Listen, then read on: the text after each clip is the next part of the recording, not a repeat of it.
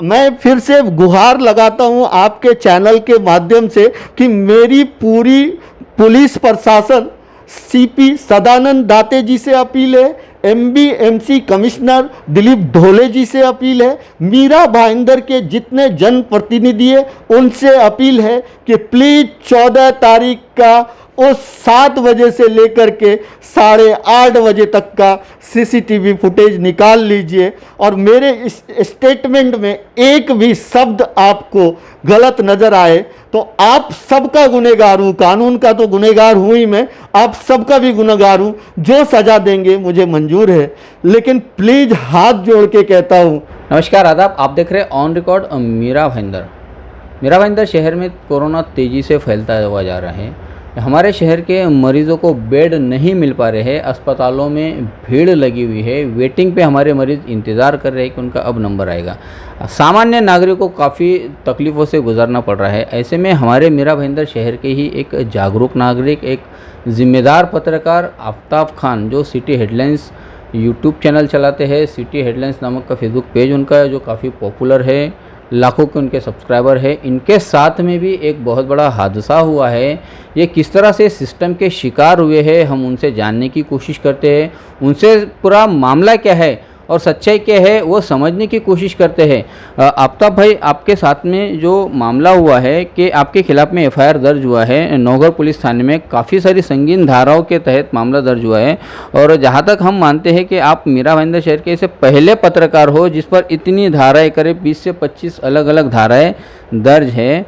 क्या था पूरा मामला, शुरुआत से बताइए। ये मतलब नौबत हुई कि आप पर मामला दर्ज हुआ है? साबिर भाई, मेरे जो ब्रदर इन लॉ हैं उनका अचानक से टॉयलेट से आए, यानी बाथरूम से आए और गिर गए उनके। उसके बाद उनका जो है एक अनकॉन्शियस पना हो गया और वो उनको वहाँ के जो डॉक्टर हैं वो आए और उन्होंने चेकअप किया और उन्होंने कहा कि इनको वेंटिलेटर की ज़रूरत है, कैसे भी करके इसको इमीडिएट वेंटिलेटर पे।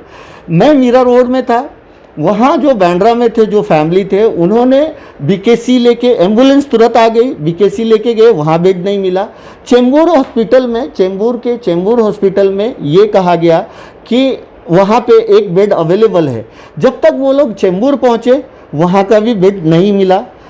तब तक मैं चेंबूर पहुंचा यहाँ से, मीरा रोड से। तब मुझे लगा कि मैं मीरा भाईंदर में रहता हूँ, अपने साले को बचाने के लिए शायद मैं कुछ कोशिश कर सकता हूँ, क्योंकि मेरा ब्रदर इन लॉ था। तब मैंने मीरा भाईंदर में बहुत सारे लोगों को फ़ोन किया, अलग अलग हॉस्पिटल्स को फ़ोन किया, उसमें कई हॉस्पिटल्स हैं उनको भी फ़ोन किया, कहीं बेड अवेलेबल नहीं था। तब मैंने धीरज मिश्रा जी हैं यहाँ मीरा भाईंदर में, एक मेरे बड़े अच्छे मित्र हैं, मैंने उनको फ़ोन किया और उन्होंने बहुत फ़ौरन रिस्पांस दिया और रिस्पांस देने के ठीक 15-20 मिनट के अंदर उन्होंने कॉल बैक किया कि हमने बड़ी मुश्किल से आपके लिए एक प्रमोद महाजन में कोविड केयर सेंटर में एक वेंटिलेटर बेड का व्यवस्था किया है, आप जितनी जल्दी हो मरीज को लेके यहाँ आ जाएं। और वहाँ जाने के बाद जो है डॉक्टर गौतम टाकलकर जी से मिलना, उन्होंने, तब तक मुझे नाम याद नहीं था, नाम पता ही नहीं था, वो मेरा बेटा सैफ को पता था। वहाँ आप उनको मिलना, मिलने के बाद आप उनको बोलना, वो तुरंत एडमिट कर लेंगे। किसी तरह से हम लोग रोते बिलखते, मेरा पूरा परिवार एम्बुलेंस लेकर के प्रमोद महाजन हॉल के ठीक बाहर पहुंचे। एक मैं रोकूंगा आपको आफ्ताब भाई, मुझे सिर्फ 2 सवाल का जवाब दीजिएगा। क्या गौतम टाकलगांवकर जिस वक्त वहाँ पर ड्यूटी पर थे आप उन्हें जानते थे इसके पहले कभी? बिल्कुल, मैं तो उनको कभी मिला भी नहीं। और अभी जो नाम मैं आपको बोल रहा हूँ वो इस बेस पे बोल रहा हूँ कि अब मुझे उनका नाम याद हो गया है। नहीं, उनसे ना तो मेरी उनसे कभी मुलाकात है और ना मैं उनको कभी जानता था और ना मैंने कभी उम्मीद की थी कि जिनसे मैं मिलूँगा वो इस तरह से हमारे साथ करेंगे। एक और किसी का जुड़ा हुआ सवाल है। आप यहाँ पर प्रमोद महाजन हॉल में आपके जो साले साहब है जिनकी डेथ हो गई उनको आप लेकर आए थे, आपको कंफर्मेशन मिला था कि यहाँ पर वेंटिलेटर का बेड है, तभी आप यहाँ पर आए? यस, ये कंफर्मेशन मुझे डिप्टी मेयर के द्वारा, यानी डिप्टी मेयर के क्लोज हैं धीरज मिश्रा जी, उनके द्वारा मिला था मुझे। और डॉक्टर का नाम मेरे बेटे को बताया गया था, यहाँ तक कि मेरा बेटा मीरा रोड में ही था तो वो आधा घंटा पहले वहाँ पहुँच गया था, वो कोऑर्डिनेट कर रहा था। वहाँ पे गए तो अंदर जो देखिए आप, प्रमोद महाजन के रेलिंग लगा हुआ है तो एम्बुलेंस को तुरंत अंदर नहीं लिया गया। अब एम्बुलेंस को अंदर नहीं लिया गया तो मैं बोला ठीक है, डॉक्टर साहब को बोलना पड़ेगा। तो हम गए, पहले डॉक्टर साहब से मिले, उनको मैंने बोला सर ऐसा ऐसा है, लेकिन उन्होंने बहुत ही रिलैक्स अंदाज में, मैं सोच भी नहीं सकता था, रिलैक्स अंदाज में बोला बेड उड तो है नहीं, कुछ नहीं है नहीं। मैंने बोला सर, फिर मैंने वहाँ से धीरज जी को फ़ोन लगाया, धीरज जी से फ़ोन पे फिर उन्होंने फ़ोन लगाया। अब इन सब बातों में उतने देर तक मरीज बाहर एम्बुलेंस पे भाई इंतज़ार कर रहा है, तब उधर से एक चिल्ला के मेरी वाइफ और मेरे साले की वाइफ थी, वो चिल्ला के कि इसकी हालत बहुत सीरियस हो रही है, यानी इट मीन्स वो जिंदा था वहाँ पे, वो चिल्लाए। मैं फ़ौरन बाहर निकला और फिर मैंने चिल्लाना शुरू किया कि अरे अंदर लो अंदर लो अंदर लो। I did this. फिर उसके बाद खोला गया, किसी तरह से अंदर लिया गया। अंदर लेने के बाद आपने एक वीडियो देखा होगा, उसी प्लेस पे जाकर के उस एम्बुलेंस को खड़ा किया गया। मैंने डॉक्टर को बुलाया, डॉक्टर आने में भी कई मिनट लग गए, एग्जैक्ट नहीं बता सकता, आप सीसीटीवी में देख सकते हैं। डॉक्टर आने के बाद डॉक्टर ने ना तो उनको सीपीआर दिया, ना तो उनका ईसीजी किया, और डॉक्टर आए ऐसे हाथ पकड़े, बोले नहीं ये तो डेथ हो गया। ठीक है, आप इमरजेंसी में आपके पास चलो बोल रहे हैं बेड नहीं है, इमरजेंसी तो हर जगह होता है ना, ह्यूमैनिटी के नाते आप इमरजेंसी में उसको ले करके कुछ तो कोशिश तो कर सकते थे। जान गई या नहीं गई ये नहीं मालूम मुझे, क्योंकि मैं डॉक्टर नहीं हूँ, लेकिन मुझे इतना ज़रूर पता है कि अगर वो 5 या 10 मिनट की देरी नहीं होती, क्योंकि वहाँ रुकने के बाद जब मैं डॉक्टर गौतम जी से बात कर रहा हूँ तब वहाँ से चिल्लाया जाता है कि इसकी हालत बहुत, इसका मतलब कि वहाँ पे जिंदा था वो। तो डॉक्टर एक एक सेकंड ऐसे में कीमती होता है। आपने देखा होगा कि एम्बुलेंस को एकदम फ्री दिया जाता है कि 1 मिनट भी कीमती होता है। हो सकता है वो 1 मिनट पहले वहाँ पे पहुँच जाता और उसको वेंटिलेटर दे दिया जाता तो वो जिंदा होता। ये हुआ, मैं हाथ जोड़ा, गिड़गिड़ाया, कुछ तो करो, सब अंदर चले गए, मैं रोता रहा। उसके बाद फिर मुझे बहुत अजीब सा लगा एंड मैं रोने में फिर मैं मेरे बेटे को बोला शूट करो वीडियो, ये ऐसी हालत है दुनिया में। और फिर मैंने जो चिल्ला के बोला वो आपके सामने है। मैं वो ख़त्म करके फिर ऐसे ही निकलने ही वाला था। आप क्या कर सकते थे? तब मुझे कोई एक थर्ड पर्सन, पता नहीं, I don't know his name, वो आकर के बोलता है बाहर कि आप यहाँ रो रहे हो और अंदर गौतम टाकलकर हंस रहा है, बोल रहे ड्रामा कर रहा है। आप बताइए, आपके साले का कोई अगर डेथ होता है, आप ऐसे वक्त में ड्रामा करोगे क्या? कोई भी नहीं करेगा। तब मुझे गुस्सा आया, मैं अंदर गया तो मैंने मेरे बेटे को बोला शूट करो। और मैंने बोला जाकर के ऐसा ही बोला, तेरे जैसे डॉक्टर की वजह से ही हजारों लोगों की जान जाती है, बेशरम, बेहया, कमीना, कालिया।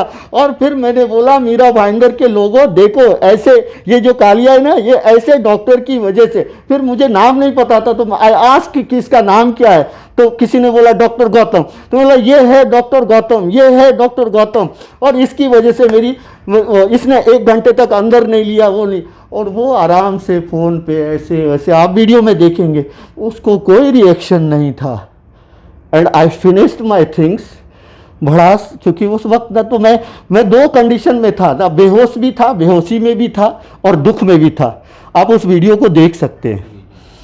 उसके बाद मैं बाहर आया, थोड़ी देर के बाद रणवीर वाजपेयी करके है, वो भी मेरे बड़े अच्छे मित्र हैं, वो वहाँ पहुँचे, उन्होंने मुझे गले लगाया, संतावना दी, मैं बैठ गया। उसके बाद उन्होंने डॉक्टर को बोला अंदर, उनके भी बहुत बोलने के बाद डॉक्टर एक ईसीजी की मशीन लेके आता है और वहाँ पे ईसीजी 30 मिनट के बाद उस बंदे की ईसीजी करता है। यही काम वो पहले कर सकता था, तो शायद मैं इतना इमोशनल नहीं होता था, मैं इतना भड़कता नहीं था, मैं इतना गुस्सा नहीं करता था। मैं फिर भी वो वीडियो मैंने एक मिनट रोकूंगा। मतलब जब आप अपने मरीज़ को लेकर गए थे काफ़ी क्रिटिकल हालत में, तब आप उन्हें फर्स्ट एड की बात कर रहे थे, गुहार लगा रहे थे, उनको देखने के लिए कह रहे थे, तब जो है कि नहीं किसी ने ध्यान दिया, कोई डॉक्टर ने आपकी सुनवाई नहीं की। डेथ होने के बाद में जब आपके मित्र रणवीर वाजपेयी वहाँ पर आते हैं और जब वो उन डॉक्टरों से बात करते हैं, तब उसके बाद में उनका ईसीजी होता है, मतलब डेथ आदमी का ईसीजी हुआ। तो किस बेस पे डेथ आदमी का ईसीजी किया गया? जी जी। ये हो गया। रणवीर ने मुझे बहुत समझाया, बोला आफ्ताब भाई अब जो होना था वो तो हो गया, आप जाओ। फिर मैं वहाँ से निकल गया। निकल करके हमें बांद्रा जाना था, अंतिम विधि। मैंने मेरे बेटे को वीडियो पब्लिश करने से मना कर दिया। मैंने बोला हॉस्पिटल की इज्जत का सवाल है, हम यहाँ ही रहते हैं मीरा भाईंदर महानगर पालिका में, चलो अब जो हो गया वो हो गया। चला आया मैं। उसी वक्त मेरा एक पत्रकार दोस्त मुझे, जब मैं निकल रहा था तो वो वहाँ पे दिखा, जिसका नाम है Mahendra Wankhede. I came to know very third day, second day, कि उस महेंद्र वानखेड़े का कोई दूर का वो रिश्तेदार है। उस वक्त मैं नहीं जानता था। आप सोचिए, मैं तो ये भी नहीं जानना, नाम जानता था नहीं। That Mahendra Wankhede was there. तो ही आस्क मी, तो मैंने बोला तुम्हारा कोई अपना गुजरता तो तुमको समझ में आता, और मैं चला गया। तब तक मेरे को ये नहीं मालूम था कि महेंद्र वानखेड़े और उस डॉक्टर का कोई रिलेशन है। महेंद्र वानखेड़े कभी किसी चैनल में, कभी किसी न्यूज़पेपर में काम करता है, परमानेंट कहीं पे मुझे दिखा नहीं, वो महेंद्र वानखेड़े था। और मैं चला गया, अंतिम विधि में बिजी हो गया। अंतिम विधि में बिजी होने के बाद थर्ड डे मुझे पता चलता है कि मेरे ऊपर 25 धाराओं के तहत मामला दर्ज हुआ है। एफआईआर की कॉपी आती है। एफआईआर में जो लिखा गया था उसमें ये लिखा गया था, उनको मैंने माँ बहन की गालियाँ दी, मैंने उनको पूरे ख़ानदान को ख़त्म करने की गालियाँ दी, मैंने उनको भंगी कहा, मैंने उनको जाति सूचक गालियाँ दी, मैंने उनको मारने की कोशिश की, मैंने वो सब कुछ किया। ऐसे चीज़ को बताया गया। तब लोगों का जो रिएक्शन है मेरे ऊपर हुआ कि आफ्ताब ऐसा कैसा किया, क्यों किया, ये लोगों ने बोला। तब मजबूरन जो 3 मिनट का वो वीडियो था वो मैंने रिलीज किया, और रिलीज किया तब जाके बहुत सारे लोगों को सच्चाई पता चली।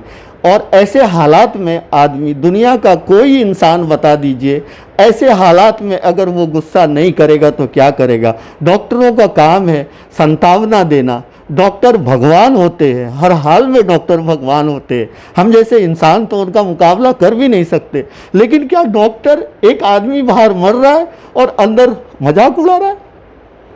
यही पूरी थ्रू इसका एक लफ्ज अगर गलत साबित हो जाए तो मुझे कानून क्या, दुनिया क्या, जो सज़ा देना है मैं उसके लिए तैयार हूँ। एक लफ्ज मैं फिर से गुहार लगाता हूं आपके चैनल के माध्यम से कि मेरी पूरी पुलिस प्रशासन, सीपी सदानंद दाते जी से अपील है, एमबी-एमसी कमिश्नर दिलीप ढोले जी से अपील है, मीरा भाईंदर के जितने जनप्रतिनिधि हैं उनसे अपील है कि प्लीज़ 14 तारीख का उस 7 बजे से लेकर के 8:30 बजे तक का सीसीटीवी फुटेज निकाल लीजिए। और मेरे इस स्टेटमेंट में एक भी शब्द आपको गलत नज़र आए तो आप सबका गुनहगार हूँ, कानून का तो गुनहगार हूँ ही मैं, आप सबका भी गुनहगार हूँ। जो सज़ा देंगे मुझे मंजूर है, लेकिन प्लीज़ हाथ जोड़ के कहता हूँ, आपके पास एक मरीज को लेके लोग सिर्फ इसलिए आता है कि आप अगर उसके कंधे पे हाथ भी रख देते हो ना तो उसे लगता है कि ज़िंदगी मिल गई। आपने तो वो भी नहीं किया, और नहीं किया तो नहीं किया। चलो मैंने गुस्से में कुछ गलती की, आपको अपशब्द बोल दिया, लेकिन आपको अगर मैंने अपशब्द बोला था, आपको इतना ही बुरा लगा था, तो आपको एफआईआर में वही लिखाना चाहिए कि इस आदमी ने मुझे बेरहम कहा, बेहया कहा, कमीना कहा। ये नहीं लिखाना चाहिए कि आपको माँ बहन की गालियाँ दी, आपको मैंने जान से मारने की धमकी दी, आपकी जाति मैं नहीं जानता, अभी तक मैं ये नहीं जानता कि आपकी जाति क्या है। और जब मैं वहाँ पे नाम पूछ रहा था तो मुझे डॉक्टर, प्लीज़ डॉक्टर भगवान है, आप जैसे लोगों का मैं बहुत सम्मान करता हूँ। कोई भी डॉक्टर अगर कुछ अच्छा काम करता है, मैंने हज़ारों वीडियो दिखाए हैं, आपका सम्मान करता हूँ, डॉक्टर का सम्मान करता हूँ। मेरे साथ जो किया दूसरे के साथ नहीं कीजिएगा। मेरे पास तो वीडियो बन गया था जिससे मैं आज न कल साबित कर दूंगा, लेकिन एक आम इंसान साबित नहीं कर पाएगा, और वो आपके झूठे एफआईआर का शिकार हो जाएगा। बस यही मेरी अपील है साबिर भाई, मुझे इससे ज़्यादा कुछ नहीं कहना है। मैं फिर बोल रहा हूँ, रमज़ान का महीना है, एक लफ्ज़ मेरे बोलने में और मेरे पूरे इंसिडेंट में एक लफ्ज़ गलत नज़र आए, आप जो कहेंगे, जो सज़ा देंगे हमें मंजूर है। 25 किया और ऐसे सगे संबंधी के लिए अगर कोई जेल जाता है तो ठीक है, लेकिन आवाज़ उठाना चाहिए। थैंक यू सो मच, इससे ज़्यादा मैं कुछ नहीं बोल पाऊँगा। बहुत बहुत शुक्रिया। ये आफ्ताब खान हमारे बहुत ही अच्छे मित्र हैं, भावुक हो गए। इनके सगे साली की डेथ हो गई है। इनका मानना है कि डॉक्टरों की लापरवाही के चलते वो डेथ हुई है। वक्त रहते अगर उन्हें फर्स्ट एड मिल जाता, उनका ट्रीटमेंट हो जाता तो शायद उनकी जान बच जाती। वो उस सदमे से उभर भी नहीं पाए थे कि उन्हें जब पता चलता है कि उनके खिलाफ़ में उस पूरी घटनाक्रम को लेकर नौगढ़ पुलिस थाने में मामला दर्ज किया गया है, तो काफ़ी अफसोस जता रहे हैं कि प्रशासन और सिस्टम ये ऐसे कैसे काम कर रहा है। उन्होंने जो एक अपील की है, उन्होंने जो मांग की है कि उस पूरे घटनाक्रम का सीसीटीवी फुटेज बाहर आता है, प्रशासन उसे बाहर जाहिर करती है तो असलियत और सच्चाई भी ज़रूर बाहर आएगी। जिस तरह से आफ्ताब खान ने कहा है कि ये पूरा एफआईआर झूठा है, इसमें जो घटनाक्रम बताया गया है वो झूठा है, तो उस बात को यकीनी बनाने के लिए अब पुलिस प्रशासन की जिम्मेदारी है, मनपा प्रशासन की जिम्मेदारी है कि सीसीटीवी फुटेज निकाल कर उस पूरे घटना को पब्लिक करे, उसको पब्लिक डोमेन में लेकर आए। जैसे हमारे आफ्ताब भाई जो सालों से मीरा भाईंदर शहर में लोगों की आवाज़ उठाते आ रहे हैं, लोगों की समस्याएं, जनता की समस्याएं प्रशासन से हल करवाते आ रहे हैं, जो हम देख रहे हैं इतने सालों से, उनके साथ में अगर प्रशासनिक रूप से इस तरह से अन्याय होता है, जी हाँ मैं अन्याय कह रहा हूँ कि प्रशासनिक रूप से अगर उनके साथ में अन्याय होता है, तो पूरा पत्रकार वर्ग, मीरा भाईंदर शहर का मीडिया आज इनके साथ में खड़ा है, ये प्रशासन को नहीं भूलना चाहिए। और इस पूरे मामले की भी एक अच्छी तरह से जांच होनी चाहिए कि सच क्या है वो ज़रूर बाहर आए, ऐसी हम आशा करते हैं पुलिस प्रशासन से, मनपा आयुक्त दिलीप ढोले से। आप देख रहे हैं आरिफ कुरैशी और साबिर शेख के साथ ऑन रिकॉर्ड मीरा भाईंदर। धन्यवाद।